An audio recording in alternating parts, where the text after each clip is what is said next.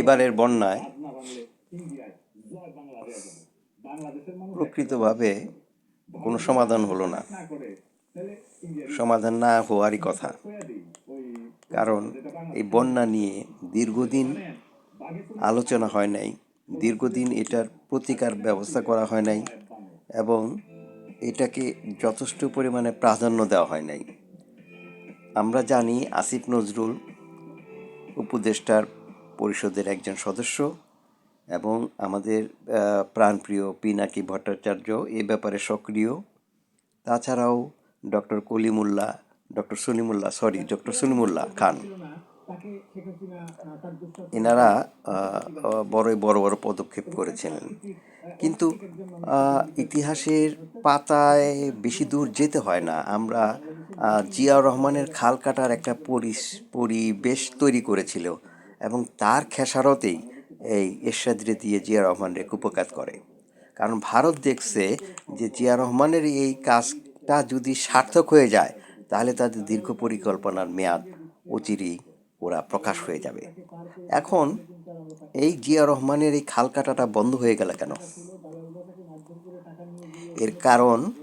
এর কারণটাই হচ্ছে আমাদের জাতীয় জীবনে মেরুদণ্ডহীন এই শিক্ষা ব্যবস্থা আর আমাদের শিক্ষিত লোকদের একটা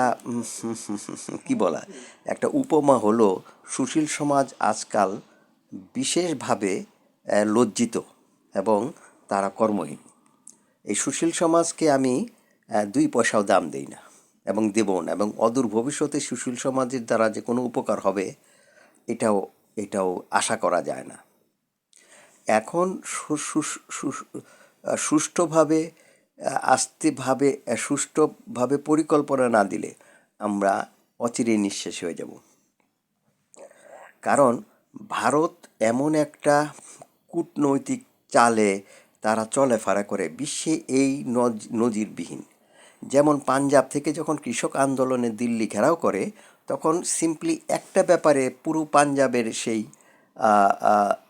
সেই আক্রমণটা ধূলিসাৎ করে দিয়েছিল। সেটা হচ্ছে যে ভারতের লাল কেল্লা ভবনে শুধুমাত্র একটা ফ্ল্যাগ কাউরে দিয়ে ওইটা উড্ডয়ন করে, যার ফলে খালিস্তান নামে একটা প্রোপাগান্ডা এসে পুরোটা সংগ্রামকে তারা ধূলিসাৎ করে দেয়। এই হতো ভারতের কূটনৈতিক চাল। ভারত এটা একটা জঘন্য একটা গণতন্ত্রের দেশ, যেখানে নাকি হিন্দু, মুসলমান, বৌদ্ধ, খ্রিস্টান সমস্ত জাতির বসবাস, কিন্তু সেখানে হিন্দু প্রাধান্য একটা জাতিগতভাবে একটা দলীয় একটা শাসক গোষ্ঠী তৈরি হয়েছে। এটা ভারতের একটা অদূর ভবিষ্যতের একটা কি বলা চলে, একটা অদূর ভবিষ্যতে এটা একটা বিরাট বাধা।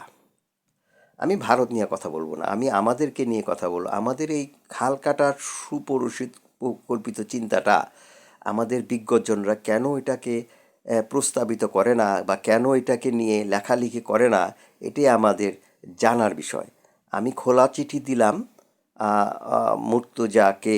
গোলাম মুর্তজা সাহেবকে এবং অন্যান্য সাংবাদিকরা যারা নাকি নিবেদিত প্রাণ হিসাবে দীর্ঘদিনভাবে আমাদের সচেতন নাগরিক হিসাবে তৈরি করেছে।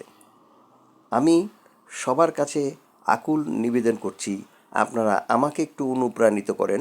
আমি কথার মাধ্যমে আপনাদেরকে ইনশাল্লাহ সমস্ত কিছু আমি সমাধান দিতে পারবো। ধন্যবাদ।